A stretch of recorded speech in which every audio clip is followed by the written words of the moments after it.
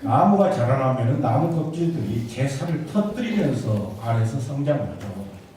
혁신이라는 것도 크게 다르지 않다고 생각합니다. 그런데 우리는 이 혁신을 이야기하면서 자기 것을 전혀 버리지 않으려고 하고 있기 때문에 이 낡은 것 이런 것들은 물러나기가 쉽지가 않고 새로운 것은 쉽게 그 모습을 드러낼 수 없다고 봅니다. 선거법에 있어서의 가장 큰 문제는 단순 다수 이 대표자로서 승자 독식 구조에 있는 거죠. 단 한 표만이라도 더 받으면은 당선이 되고 단 한 표만이라도 적게 받으면은 패배하게 돼서 한 표라도 적게 받은 표는 모두가 다 휴지통에 버려지는 사표가 되고 마는 이 현상을 어떻게 바로잡아서 국민들의 다양한 의견을 국회로 모으고 그렇게 모아진 다양한 의견들을 가지고 국회에서 어떻게 대립과 갈등이 아닌 협의의 정치를 할 수 있을 것이냐, 이게 논란이 돼야 되는데 여전히 이런 제도 자체를 바꾸려고 하는 의사가 전혀 없기 때문에 오늘 이런 토론에도 이어지고 있지 않나 생각을 합니다. 13대 저희들이 이 조사를 해보니까요, 88년 13대 총선에서 12년 19대 총선까지 7번의 총선이 있었습니다. 이 지역구 선거에서 이 7번의 선거가 치러지는 동안 지역구 선거에서 1등 당선자에게 갔던 표, 이것이 약 987만 8천 표에 달했어요. 나머지는 죽은 표였는데 죽은 표, 사표가 어느 정도 되느냐? 무려 1023만 표에 달했습니다. 따라서 죽은 표가 사표보다 더 많았다는 거죠. 이런 것을 이 결과는 아까 말씀드렸듯이 다양한 국민의 의견이 휴지통에 버려지는 결과가 되는 것이고 국회는 1당과 2당의 독점적 구조로서 대립만이 이렇게 표면화되게 된다 이렇게 보고 있습니다. 그런 결과에 의해서 19대 총선만 보더라도 제1당과 제2당이 얻은 부당 의석을 저희는 42석으로 보고 있습니다. 비례대표 54석이 전체 의석의 18%라는 것을 상기해 본다면 이 42석의 부당 의석은 전체 의석의 14%에 달하게 돼서 이 부당 의석으로 인해서 사실상 의회에서의 전횡이 이루어지고 있다 이렇게 볼 수밖에 없습니다. 이런 것을 바로잡기 위해서 3월부터 정치개혁 특별위원회가 국회 내에서 구성됐고 계속된 논의를 해왔습니다만은 새누리당에 의해서 일방적으로 모든 논의가 다 차단되고 있습니다. 다시 말해서 어떤 아이디어도 어떤 제도도 수용할 수 없다는 것이 어제까지의 새누리당의 입장이었습니다. 이유는 딱 한 가지입니다.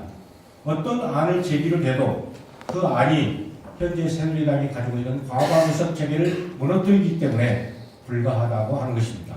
심지어는 5% 정도로 지지율을 잘라서 그 5% 이상의 정당을 득표를 얻은 정당에게 우선적으로 5석을 배정하고 나머지 비례의석을 배정하다. 현행의 경립형으로 배정하자는 것도 반대입니다. 반대하는 이유는 그렇습니다. 여당은 하나고 야당은 3개나 4개가 되면은 그 자체가 5대 15 혹은 5대 20으로 출발하기 때문에 얼마나 불공정한 것이냐 이렇게 이야기하기 때문에 이것은 정당을 구성해서 활동할 수 있는 다당제 자체를 원천적으로 부정하고 부인하는 것이라고 볼 수밖에 없고 이것은 현재 기득권을 전혀 버리지 않겠다라고 하는 의도를 드러내고 있는 것이다 이렇게 저희들은 해석하고 있습니다. 그래서 저희들은 저희 당은 연동형 아까 보상형이라는 말씀을 하셨습니다만은 연동형 비례대표제를 주장합니다. 다시 말해서 이 연동형 비례대표제라고 하는 것은 지역구에서 얻은 의석수와 정당의 지지율을 넣고 나머지 비례의석을 통해서 그 해당 정당의 비례대표 의석을 배분해서 국민 지지에 합당하는 의석수를 만들어주자 하는 것이 저희들이 주장하고 있는 연동형입니다. 그런 점에서 발제에 나와 있는 그 내용들이 역시 저희들이 주장하는 것과 합당하다고 생각하고요. 연동형 비례대표제 도입과 함께 저희들은 의원 정수의 확대도 필요하다고 이렇게 주장을 하고 있습니다.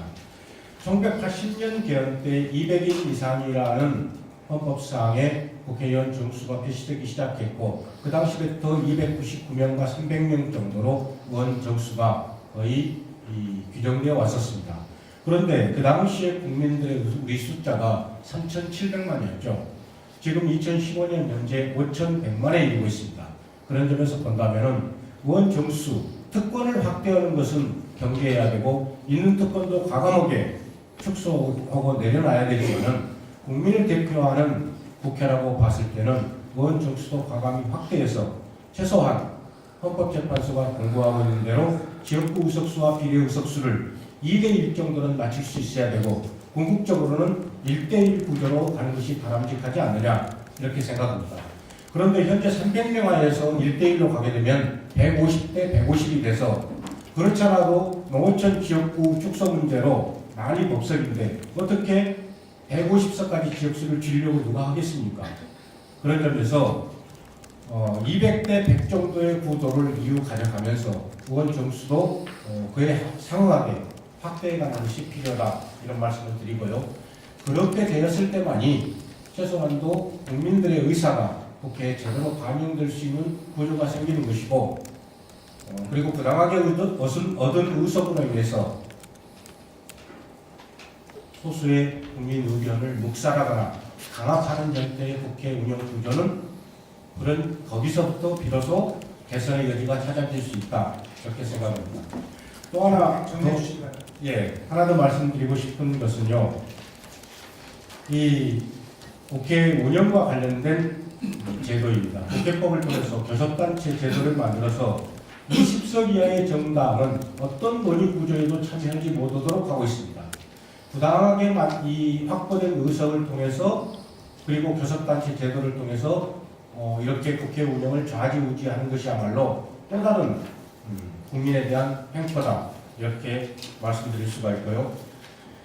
그런 점에서 저희들은 늦었지만 이후 선거법 개정에 있어서 중대선거구제에 대한 논의와 함께 비례대표 의석을 최대한 확대해서 국민의 다양한 의견을 국회에 수렴할 수 있는 구조를 만들어야 된다. 그리고 국회법에 명시된 교섭단체 제도도 아예 없애거나 혹은 훨씬 더 완화해서 국회가 생산적인 논의의 장이 될 수 있도록 해야 된다. 여기까지 듣겠습니다. 정당의 의견입니다. 감사합니다.